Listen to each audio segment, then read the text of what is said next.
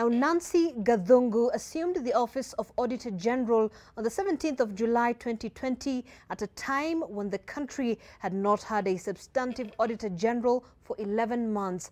Over the last 6 months, a backlog of delayed audit reports and the contentious audit of COVID-19 funds has put Gathungu on the spotlight.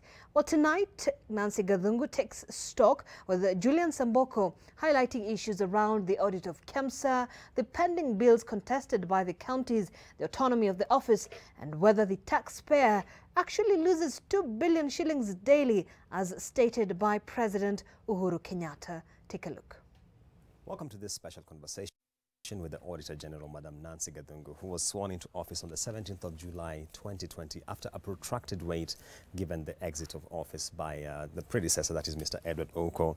Welcome on set. Thank you very much, Amboko. I remember when you were being sworn into office, one of your key indications was that your priority was to clear the backlog. And indeed, we know of companies which had not even released their results because they were waiting for a substantive occupant to the office of the Auditor General. How has it been thus far? Amboko, it has not been very easy clearing that backlog because as we are clearing the backlog, the 2019-2020 financial year also came to an end, and we needed to embark on planning and start carrying out those audits.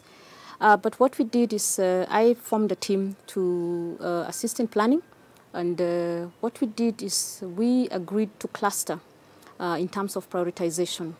And we started with the donor-funded projects, with the listed companies, the banks, the regulatory authorities, and those ones I've already issued, and those reports are in Parliament. The second cluster involved what we call them MDAs, the ministries, departments, and agencies, state departments, counties, and their funds. And I'm about to complete that. And at the same time, as we've been auditing the state departments, we are also compiling the final report. We normally issue one main report. So immediately I sign off the last fund under national government, I shall be issuing the final report so that Parliament can embark on examining that report. I've issued about 25 county reports, both executive and assembly. That makes about 50 reports. And currently I've also issued because donor-funded projects are supposed to be prioritized, and we do prioritize them. I've issued the donor-funded projects for 2019-2020 concurrently with clearing the backlog. So it has been quite a lot of work, including the backlog on specialized audits and performance audits. Staying with the issue of the backlog, why is this a perennial challenge? Is it that the office is understaffed? Are you facing legal challenges? Why do we have this perennial issue? Granted, we took a very long time before we had an occupant in this office after your predecessor left. But really, what's the underlying issue here? This particular backlog is unique because it took about 11 months before I was appointed, or I came into office. So that is unique. It's unprecedented. But we sometimes have delays in finalizing our reports according to the constitutional or legal timelines because of various challenges. Inadequate funding so that we are not able to do in-year audits as we should, so that when we are doing the financial statements audit at the end of the financial year, we should be able to work faster if we are able to do prior audits, compliance and in-year audits. So that has been a challenge. Of course, inadequate number of staff is there. You can't employ as many people as you can given the funding issue. But generally speaking, this office has cleared. A long time ago, we used to have backlogs of 1 year, 2 years. Currently, we can say the office is not in backlog except for this unique one. Parliament is the one now that is a little bit behind, but they're also catching up with us pretty quickly. One of the realities of the environment under which you took over this office was the COVID-19 expenditure, which, as you know, has elicited a lot of interest out here. Let's start with the counties. The Senate did direct that you conduct a special audit of how the funds allocated. I think it was about 5 billion shillings was spent. What are the findings here? Even before the Senate requested that we carry out special audits, as an office, we realized that COVID-related expenditures in the entire country, given the kind of information that was out there, was what we call a high-risk area. And we already embarked on planning on how we'd audit at the entity level all COVID-related expenditure. Now, the Senate made two requests through the ad hoc committee on COVID-19 and through the health committee. And one of the requests was on Kemsa, the other request was on the county governments. The report on Kemsa is already issued and it's going through parliamentary examination. The report for the 47 counties is also issued, but it is awaiting hearings at Parliament. So I may not speak to the issues now until Parliament tables that report when they come from recess. And then it will be in the public domain. Speaking about high-risk areas, and now that you've mentioned Kemsa, based on your audit conducted thus far, what really was the problem at hand? Because there is a view that there was a systemic failure in the system as to how we have a safety valve against misappropriation of funds. But really, in your interrogation and investigation, what have you found underlying the Kemsa issue? The broad areas, because there's still also investigations going on based on some of our reports and what Parliament is discussing, was in procurement processes. And it was surprising to us also as an audit office, because Kemsa has been one of our good institutions when we audit. We don't query much because their systems are in place, their IT systems are in place, their operations have been above board. But something seems to have happened with the COVID-19. And this is where we need to interrogate ourselves, not just Kemsa, but as a country. Do we have a robust legal framework to address disasters and pandemics and crises? Is our budgeting process on board? Is it timely? Is our communication amongst the entities, either between Kemsa, MOH, Kemsa, Treasury, MOH, Treasury, is it properly done? So the main areas was basically on procurement. Other issues, of course, are coming out as Parliament continues with its examination. There has been the view that has been advanced that perhaps the challenge was the fact that, as you rightly mentioned, Kemsa was traditionally one of the star entities when it comes to audit processes, and maybe we created a moral hazard because we felt, oh, this one is well above board. Do you think then we did create that challenge within the system ourselves? I think we can only conclude that after doing in-depth analysis of what exactly happened. And once the reports are out, then we should be able to reflect back, look at lessons learned, and then come up with methods of improving.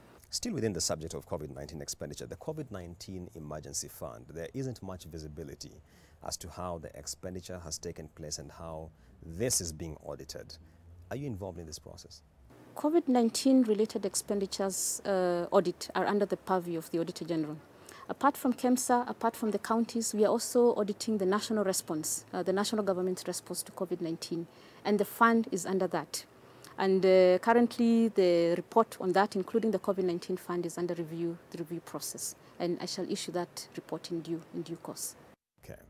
So you can't indicate at this point? At this point, because it's not completed, it's not completed, it's not finalized. I cannot go into the details.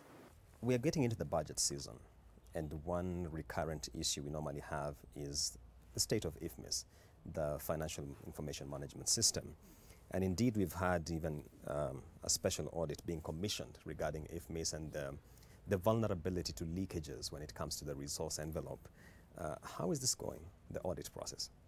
We've been auditing IFMIS over time since inception, and what happens is that every few years there's either an upgrade of the system, an update of the system, or an improvement of the system based on some of the weaknesses that come up, either during our audits or during internal assessments by the National Treasury, or when the clients, state departments and counties raise issues. Now, the audit that we are currently doing for IFMIS, it's a follow-up of an audit that we did and issued in 2016, and checking on whether recommendations are being implemented, whether control weaknesses have been strengthened, just basically looking at, have we implemented what we agreed that we should implement to improve IFMIS. But Amboko, I need to say something about IFMIS and IT systems. That sometimes we blame the IT systems when it's not the IT systems at fault. It's the human element. If people are going to exploit weaknesses and do something that is negative, either siphon funds or not record, or sometimes if people basically work outside IFMIS, because we've seen that, especially in some of the entities. We can't always blame the system. Let's strengthen the system, yes, but also let's look at the human IT or interaction. Yeah, because that's where the weakness is, the human element. You've just mentioned that we periodically do upgrades to address any inherent vulnerabilities, if I could call them that. Are there some that you could point to us that you observe as a challenge with IFMIS? One of the main challenges has been IFMIS lack of, or rather the challenge of trying to generate comprehensive financial statements as required by the Public Sector Accounting Standards Board. That has been an issue. I use IFMIS as the Office of the Auditor General, and that is an issue we've also raised with the National Treasury, and that's what they've been working on to improve. Speaking about leakages, and now that we're talking about IFMIS, many Kenyans out here are curious to know, do we actually lose 2 billion shillings a day? And I think there is no one who will be more competent to let us know whether this is the case or not, other than yourself.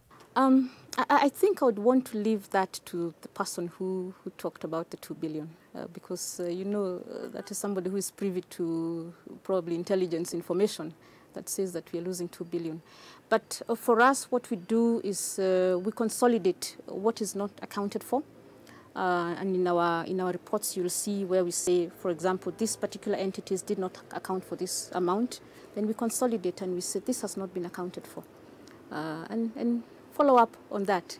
There are pervasive concerns around the appointment of third-party auditors and the process that you go through before you do that, because this is critical just for, to bring to public awareness how the audit process goes and the findings, etc. Could you just give us some sense of how this is conducted? The Public Audit Act allows the Auditor General to outsource audits. And there are various reasons why the Auditor General can or should outsource audits. And one of the reasons or challenges that we face is some of the entities we audit are highly complex in terms of ownership structure. For example, the listed companies, you'll find that they're partly owned by the government, partly owned by private investors, partly owned by citizens who have bought shares in them. And their operations sometimes are highly complicated, like in the energy sector. And we are still building capacity to audit some of those entities comprehensively. But the private auditors have this capacity because they pool resources from their global pool. Now, another challenge, of course, is the stringent timelines required by the Capital Markets Authority of some of these entities. And of course, our problem of funding, that sometimes it will release us and the little funds we have to audit counties and audit ministries and allow private auditors to audit these listed companies, and then they pay for that. Now, the process of audit follows, the process of recruiting or appointing these auditors follows the Public Procurement and Asset Disposal Act. The entities, I give authority for the entities to procure, and I oversight that process. Then I appoint the auditor who now comes up as tops in that. So that is the process that we follow. Crossing over to matters of compensation, one long-running conversation has been about the audit of the compensation of land in relation to the standard gauge railway. Would you care to comment on this matter? Again, that was one of the backlog. And we did carry out an audit of the National Land Commission with regard to the payments on compensation on behalf of other government entities. And a component, the standard gauge railway, was one of the components. And I issued that report, and it was highlighted in the media. So now we're just waiting for the parliamentary process to continue. Still on matters of projects, when you look at the issues around the Lake Turkana wind power project with regard to the determination of the cost of the Loyangalani-Suswa line, it's another matter which has been in the public domain. A lot of discussion around it, the audit being conducted. How far are we with this? Yes, we have been auditing the Loyangalani Suswa evacuation line. It's also part of the backlog. As I said, the backlog was not just on the financial audits, it was also on the specialized audits. And I'm currently, that report is currently under review, and I shall issue it in due course, yeah. The backlog, I mean, keeps on coming up recurrently. And let me ask this question then. Do you feel we have a bit of misalignment as far as the legal framework is concerned in terms of enhancing the ease with which you can execute this mandate of audits that is looking at the Constitution and various acts like the PFM Act? The Constitution is clear on the mandate of the Auditor General, and this has been, of course, operationalized by the Public Audit Act. The Public Finance Management Act is also very robust, including the regulations. But where we find misalignment is when you look at the Constitution, it says, or it provides for 6 months for the Auditor General to audit and report after the end of the financial year. And that is what's known out there in the public domain, that the Auditor General has 6 months to audit and report. But the Public Finance Management Act now comes in and gives the entities 3 months to prepare their financial statements and and submit to the Auditor General. That hives off half the time period that the Auditor General has been given by the Constitution. So that is one of the areas I'm advocating, that we must change, or we must amend the Public Audit Act and reduce the timelines given to the entities from 3 months, within 3 months, to within 1 month. Now, these entities, they're automated, they have IFMIs, they have ERPs, including state corporations. They are required to produce quarterly financial statements. So it is just the last quarter and the consolidated financial statements that they need to prepare. You don't require 3 months to prepare financial statements if you have been in charge of the processes. Yeah. That will buy us two additional months, which were hived off by the Public Finance Management Act. Okay. And still within that point then, do you feel there is a weakness within internal controls, yeah, or the mechanisms through which then this can be actualized to ensure then that the situation as you envision it is actually what materializes? Yeah. That is a major problem. You have entities, you have accounting officers, they have all this staff they've recruited to carry out the functions, but they're not doing it as they should. There are weaknesses in internal controls. Internal auditors are not being used as they should, because if internal auditors were facilitated and were strengthened, then we would not have these perennial weaknesses in the system. The entities would solve them. The accounting officers would solve and put in measures and mechanisms to solve some of these issues in real time if you're using your internal auditor, as opposed to waiting for when the external auditor comes to point it out, and you have the resources within your system to address some of these areas. So yes, there is a problem there in terms of internal controls.